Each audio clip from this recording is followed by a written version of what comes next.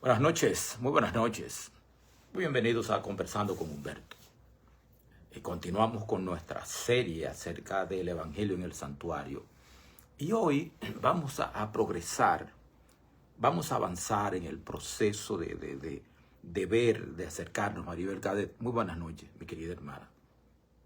Vamos a avanzar en el proceso de ver los muebles del santuario y mirar cómo estos se relacionan con el Evangelio, cómo esto nos acerca, nos permite ver cómo desde hace muchísimo tiempo Dios ha estado predicando el Evangelio de la salvación, ha estado manifestando con figuras, con muebles, con medios, todo el plan para atraer hacia sí a sus hijos, para salvar gente, porque el negocio de Dios es la salvación. Dios no quiere que la gente se pierda, como dijo a través del profeta Ezequiel,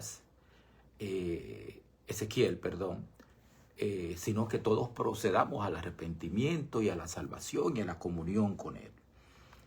Nosotros entramos el domingo, comenzamos a caminar en el atrio de lo que era el santuario del desierto, que es lo que para mí más representa toda la información, todo lo que necesitamos conocer, o todo lo que Dios dio a conocer a través de sí mismo hacer y de su plan en el santuario del desierto, sobre el santuario terrenal.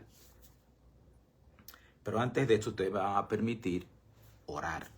Señor y Dios, muchas gracias por la gran bendición de poder conectar con los amigos que nos van a ver hoy, nos van a ver en diferido o después. Bendícenos, oh Dios, con tu presencia y con tu dirección, en el nombre de Jesucristo.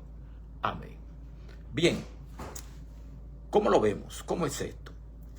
El asunto es que ya nosotros entramos al atrio. En el atrio, lo primero que nos encontramos es con el altar de los holocaustos, el altar del sacrificio. Y este lugar era un lugar de muerte, era un lugar de sangre, era un lugar de arrepentimiento, de dolor, de confesión. Eso era todo esto. Ronnie Villamá, muy bienvenido, hermano mío. Muy bienvenido, buenas noches. Porque era el lugar donde el corazón quebrantado llegaba. Era el lugar donde la sentencia de la paga del pecado es muerte. Era el lugar donde se podía palpar, se podía ejemplificar lo que Dios había querido manifestar con el sistema de sacrificio.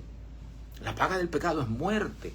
Eso es lo que vemos, lo que se ve en la primera parte del santuario. El pecador que entraba arrepentido con una víctima propiciatoria, ponía su mano sobre la cabeza de la víctima propiciatoria. Cristobalina Vera, muy bienvenida, mi querida hermana, muy bienvenida. Ponía sus manos y confesaba su pecado. Y aunque humanamente eso no se podía ver, pero desde el punto de vista divino, donde Dios está, se veía como una transferencia. El pecado pasaba de esa persona al Cordero y se le entregaba al pecador arrepentido, se le entregaba, el sacerdote le daba un cuchillo, el pecador arrepentido cortaba la garganta, degollaba a la víctima, el sacerdote tomaba la sangre, la asperjaba sobre el altar de los sacrificios, el resto de la sangre le echaba al pie, en la base de ese altar, y luego de eso, pero eso no lo podía hacer el pecador arrepentido. A partir de ahí solamente él podía llegar hasta matar a la víctima, confesaba su pecado, mataba a la víctima, todo lo demás lo hacía el sacerdote. Y luego el mismo sacerdote ponía sobre el altar el cuerpo de la víctima propiciatoria para que se quemara. La cruz es el altar. El altar representa un tipo de la cruz de Cristo, donde Jesucristo dio su vida por nosotros. Pero no solamente eso, el altar consumía completamente el cuerpo de la víctima propiciatoria del Cordero. Una señal de la muerte que Cristo sufrió, que no es solamente la muerte de que morimos todos los humanos y los animales y todo el mundo se muere, sino la segunda muerte, tal y como está establecida en el libro de Apocalipsis, capítulo 20. Cuando los pecadores que no se arrepintieron, que no confesaron, que no se apartaron, tengan que sufrir la muerte que sus pecados ameritan, porque el mal no puede durar para siempre, y desaparezcan en el lago de fuego y mueran para siempre. Jesucristo murió esa muerte por nosotros. Y no pereció porque Jesucristo tiene una vida indestructible, es Dios. Es perfectamente Dios y es perfectamente hombre. Y por eso no pereció, y también no pereció porque Él nunca pecó. Fue hecho pecado por nosotros.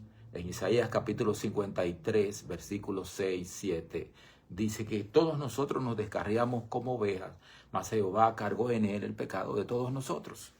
Eso fue lo que sucedió ahí. Bien,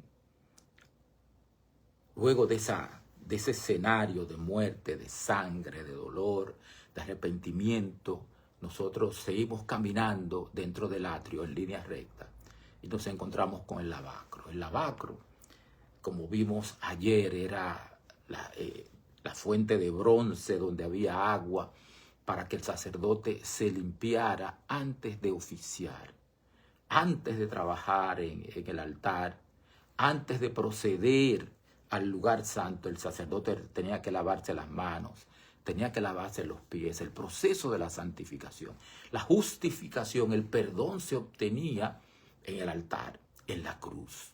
Ahí se obtenía el perdón. Pero la santificación, la limpieza, el cambio de carácter, la transformación de un ser carnal a un ser espiritual se produce en el lavacro. Y había que lavarse varias veces al día. Era de continuo, un servicio continuo, así como era continuo el ofrecimiento de holocaustos. Así también era el lavacro. Luego de lavado, entonces el sacerdote podía proceder a entrar al lugar santo. Descorría la cortina que separaba el tabernáculo del atrio. Y al entrar se encontraba con una atmósfera que olía a incienso, un incienso muy especial que luego describiremos durante el resto de la semana.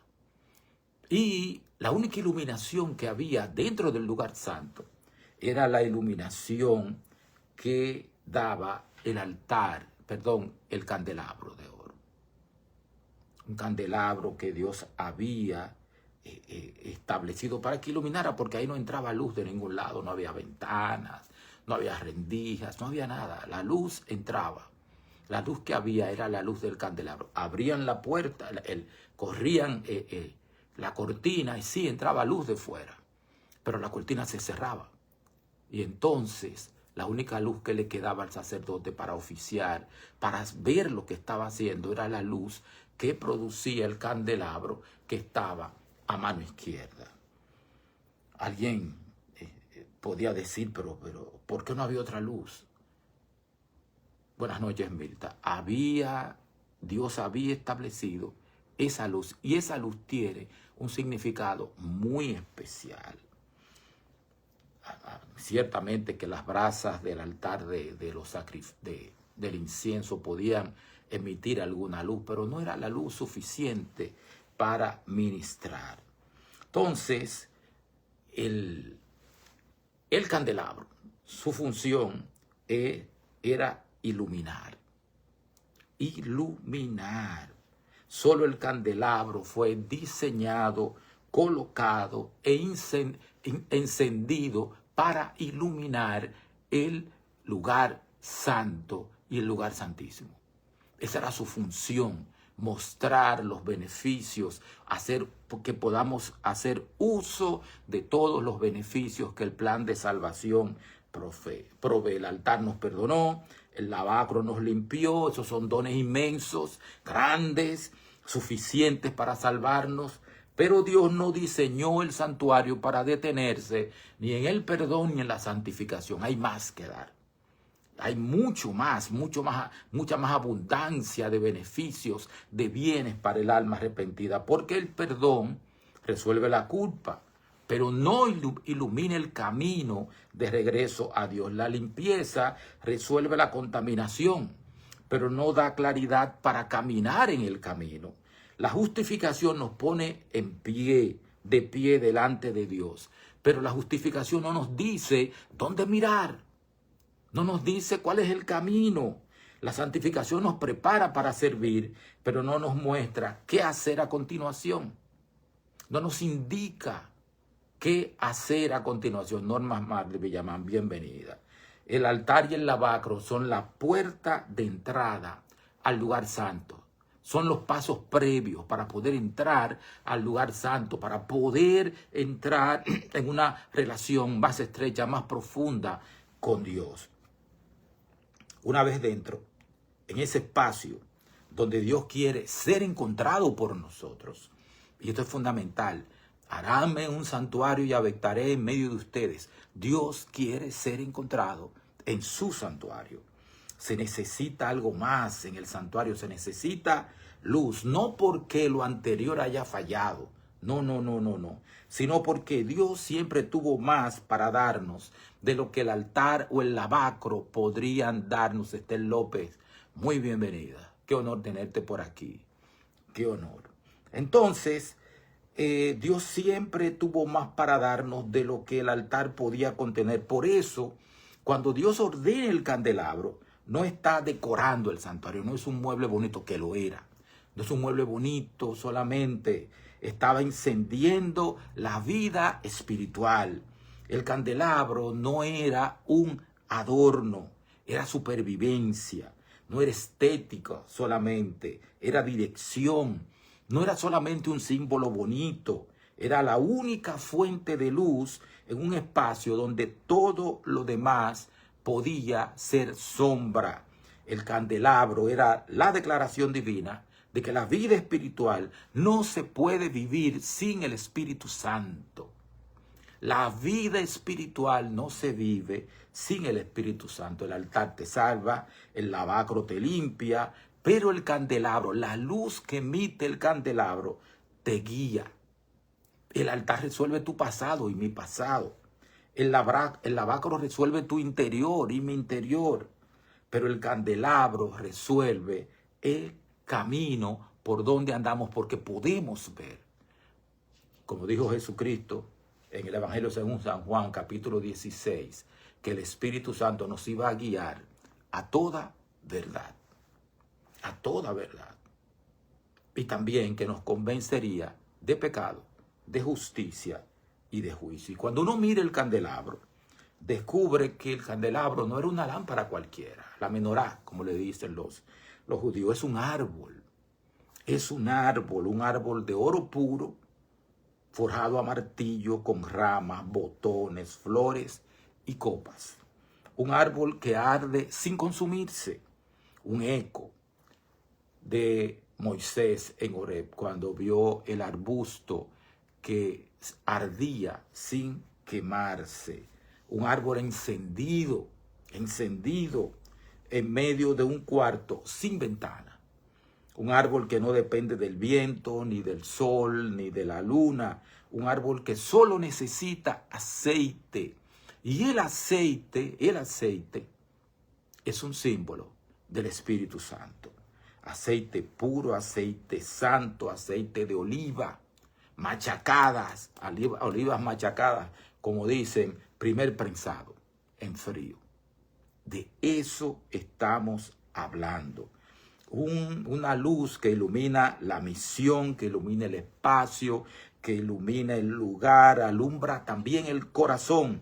No solo revela el camino, revela la voluntad de Dios, nos guía a toda verdad. Y entonces, aquí es donde este sermón se vuelve personal.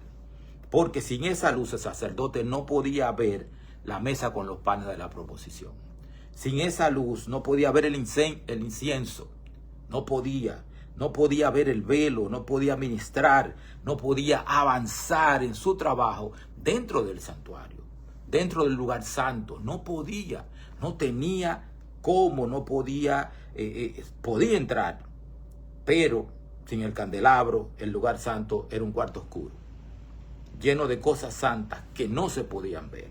Y ahí está la verdad que duele. Es posible que muchos creyentes hayan pasado por la cruz y hayan sido perdonados, estén siendo santificados, pero siguen en oscuridad con respecto al conocimiento de lo que es la voluntad, de lo que es la verdad divina. Hay mucha gente así. No es falta de altar, no es falta de lavacro, es falta de luz lo que mucha gente tiene, de conocimiento de la doctrina, de conocimiento de la verdad. Y son cosas que solamente el Espíritu Santo puede enseñar, son cosas que solo el Espíritu Santo puede poner en nuestras mentes y corazones. Entonces eso nos lleva automáticamente a Mateo 25, a las 10 vírgenes. Las 10 vírgenes eran parte del pueblo, fueron invitadas a las bodas. Las 10 vírgenes se durmieron, tenían lámparas, pero cuando oyeron la voz, el esposo viene, 5 estaban preparadas, tenían aceite, tenían el Espíritu Santo. Las otras 5 se habían descuidado y no tenían aceite. Y cuando fueron corriendo a comprar aceite, que regresaron, que fueron a la puerta donde se estaba celebrando la fiesta de bodas, clamaron: Señor, ábrenos. Y él le dijo: yo no las conozco. Fundamental. O sea, tú puedes ser invitado, tú puedes tener lámpara, tú puedes ser parte de que te llamen a la fiesta de boda, pero que al final, por no tener el Espíritu Santo, se te diga: no les conozco. Porque la lámpara solamente funciona, el candelabro, con aceite puro. Y el aceite no es opcional. Era la vida de la lámpara. No era un aceite cualquiera. Dios especificó que debía ser aceite puro de olivas machacadas.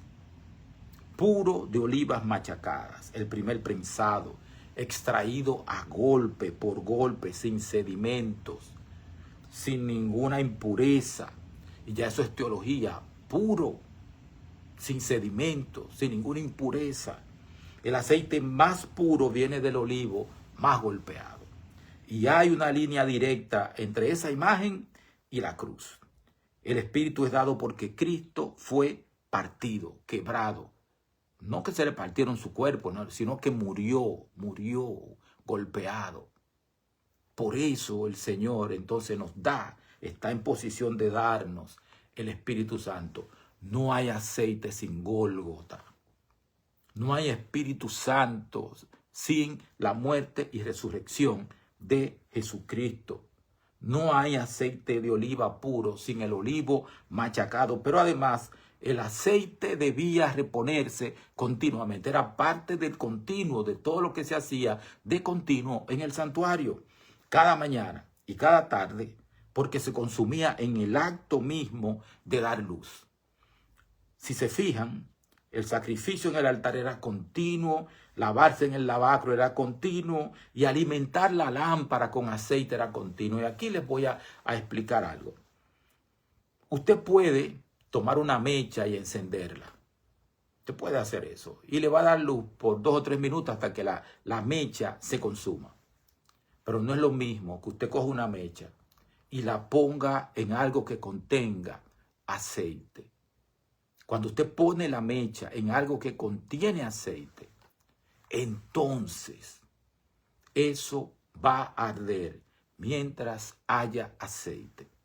Y si usted continuamente arregla la mecha, le quita la parte quemada y sigue poniéndole aceite, esa mecha va a arder para siempre. Para siempre. Así funcionaba el candelabro. Así funcionaba. La llama vive del aceite que quema. Dar luz cuesta aceite. El ministerio, como he dicho, consume. La intercesión consume. El servicio consume. Y por eso la dependencia diaria del Espíritu no es debilidad espiritual. Es la única manera de seguir ardiendo sin apagarse. No hay manera de que usted pueda continuar siendo cristiano No hay manera de que usted pueda continuar siendo cristiano verdadero sin que el Espíritu Santo habite en usted, trabaje en usted, opere en usted y opere a través de usted. Se enciende la mecha sin aceite, se consume, se apaga, se consume, deja de ser, deja de existir y se convierte en ceniza. Su vida espiritual será breve. Eso pasa con la vida del cristiano sin el Espíritu Santo. Sin aceite no hay luz. Sin luz, sin espíritu no hay discernimiento. Sin espíritu no hay claridad. Sin espíritu no hay dirección. El sacerdote debía revisar la lámpara cada mañana y cada tarde. Quitar la parte quemada, aderezar todo, poner más aceite para que de continuo el candelabro pues pudiera iluminar todas las operaciones que se hacían, todos los beneficios que se obtenían dentro del lugar santo y del lugar santísimo. Cortar la mecha, quitar la escoria, añadir aceite, era parte del servicio diario. La luz no se mantiene sola. La vida en el Espíritu Santo tampoco se mantiene sola. La negligencia apaga la lámpara, la rutina la ahuma, la autosuficiencia la seca, la dependencia la enciende cuando usted continuamente se ocupa de su vida espiritual, de lo que tiene que ocuparse. Eso es necesario. Entonces aquí el sermón toca uno de los puntos más profundos y más debatidos que Pablo puso, Romanos 7 y Romanos 8. Lo habíamos hablado ayer. Durante muchos siglos, los intérpretes, los teólogos han debatido si eso que Pablo habla en Romanos 7, de lo que no quiero, eso hago, y lo que quiero hacer, no hago. Si eso se estaba refiriendo a su vida antes de Cristo o después de Cristo. Nosotros no vamos a debatir eso ahora, ni lo vamos a resolver. Lo que es cierto es que Pablo mismo dice con claridad es que hay una experiencia espiritual donde el conocimiento del bien no alcanza para hacer el bien. El conocimiento del bien no necesariamente alcanza para hacer el bien, donde la voluntad no tiene potencia suficiente para vencer. La voluntad humana por sí sola no tiene potencia suficiente para vencer, donde el creyente sabe lo que es correcto, pero algo dentro de él lo jala en dirección contraria. Ese sacerdote que ya pasó por el altar, que pasó por el lavacro, pero sigue a oscuras, perdonado, limpio, pero sin luz para caminar, sin poder para cambiar. Ahí está el detalle. Y Romanos 8 es la respuesta. No solamente te dice en Romanos capítulo 8, ahora pues ninguna condenación hay para los que están en Cristo Jesús. En el versículo 6 dice, los que viven conforme al Espíritu piensan en las cosas del Espíritu, porque el ocuparse del Espíritu es vida y es paz. El sacerdote ministra con luz. Es el que camina en claridad, es el que discierne la voluntad de Dios. No porque sea más inteligente o más disciplinado, sino porque tiene aceite, porque tiene al Espíritu Santo trabajando en él. Y eso es fundamental. No somos autosuficientes, no lo somos. El candelabro en Romanos 8 es en forma de mueble, es la vida iluminada, es la vida guiada, es la vida donde la mente del Espíritu produce lo que el esfuerzo humano nunca pudo ni puede producir. No puede producir vida, no puede producir paz. Entonces, este tema nos lleva hacia Cristo, porque no podemos hablar de luz sin hablar de Cristo. Jesucristo dijo, yo soy la luz del mundo. Necesitamos al Espíritu Santo para ver esa luz. Y eso no es una metáfora decorativa. Es una declaración ontológica, una declaración de la verdad, una declaración de principios. Él no solo lleva luz, Jesucristo es la fuente de la luz. Él es la fuente de la luz. Y no solamente alumbra el camino. Él es el camino iluminado. Yo soy el camino, yo soy la verdad, yo soy la vida. Y en el mismo evangelio de Juan, Jesucristo dice de nosotros, ustedes son la luz del mundo. Para poder iluminar al mundo, somos lámpara, Pero para poder ser lámpara que ilumina, nosotros necesitamos al Espíritu Santo. ¿Cómo se sostiene eso? ¿Cómo podemos llevar eso? ¿Cómo puede ser luz y también nosotros ser luz? La respuesta está en el candelabro. El candelabro por sí solo no producía luz. Lo que el candelabro hacía era que sostenía la luz producida por el aceite y la mecha. Ahí la sostenía, se elevaba e iluminaba todo el lugar santo y traspasaba esa luz hasta el lugar santísimo. El creyente, nosotros que estamos aquí, nosotros no somos la fuente de la luz. Nosotros somos portadores de luz. Eso es lo que somos. Pero solamente somos portadores de luz si tenemos el aceite del Espíritu dentro de nosotros. Solo así. No por nosotros mismos, no porque tengamos ningún poder especial, no porque haya algo extraordinario en nosotros. Es porque el Espíritu Santo habita en nosotros y a través de nosotros hace su obra de convencer al mundo de pecado, de justicia y de juicio y de enseñarle al mundo cuál es la verdad. La luz no es nuestra, la luz es prestada, la luz viene del Espíritu Santo. Nosotros no fabricamos discernimiento.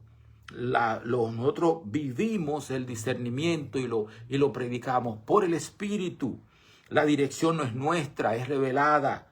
Somos la luz del mundo en la misma medida en que somos candelabros encendidos por el Espíritu Santo. Eso es lo que somos. Y por eso en Apocalipsis capítulo 1 se muestra a Cristo caminando entre los candelabros encendidos. Camina entre ellos, los examina, los cuida, los amenaza con removerlos si la llama se apaga. Porque un candelabro sin luz no es un candelabro, es un adorno. ¿Se acuerdan con la higuera que Jesucristo secó? Porque parecía que tenía fruto y no tenía nada. Y la iglesia sin el Espíritu no es la iglesia. Es una institución religiosa en un cuarto oscuro. Eso es lo que es la iglesia sin el Espíritu Santo. Como les dije anteriormente, la mecha por sí sola puede producir muy brevemente luz, pero se apaga de inmediato. Sin el Espíritu Santo no dura, termina. Y así llegamos a la parte final de este sermón, de este tema. No podemos quedarnos en la teología sin detenernos en lo que este tema significa para cada uno de nosotros. Un sacerdote entra al lugar santo una madrugada antes de que el sol saliera, cuando estaba todo oscuro. No ha salido el sol. Entra al atrio, pasa por el altar que está humeante todavía, pasa por el lavacro, se lava las manos, se lava los pies, abre la cortina del lugar santo y entra. Si no hubiese la luz del candelabro, todo eso estuviese oscuro, completamente oscuro. Y él no entra a tiendas, no entra con una antorcha apretada de fuera ni nada por el estilo. No entra confiando en su memoria de dónde están los muebles. No entra a revisar el candelabro, a prepararlo para que siga ardiendo, para poder ver todo lo que hay dentro y poder oficiar, hacer su trabajo a favor del pueblo que está afuera. Porque sin luz, nada de lo demás funciona. Sin luz no puede ver el pan de la proposición, sin luz no puede ver dónde está el incienso, no puede hacer nada. Sin la luz no puede acercarse al velo, no puede. Todo lo demás depende de que la lámpara esté funcionando. Así es la vida en el Espíritu Santo. No es un lujo espiritual para creyentes avanzados. No. Es la condición básica para que todo lo demás funcione. Sin el Espíritu, el conocimiento bíblico no ilumina, se acumula, pero no tiene ninguna utilidad. Sin el Espíritu, la oración no conecta, se vuelve rutina. Sin el Espíritu, el servicio no edifica, agota. Sin el Espíritu, el ministerio no transforma, administra sombra. Sombra es lo que administra. No hay doctrina poderosa, no hay vida transformada, no hay nada de eso. Y la pregunta no es si tú tienes fe. Tampoco es si has sido perdonado, tampoco la pregunta es si estás limpio. La pregunta en esta noche es, ¿tienes aceite?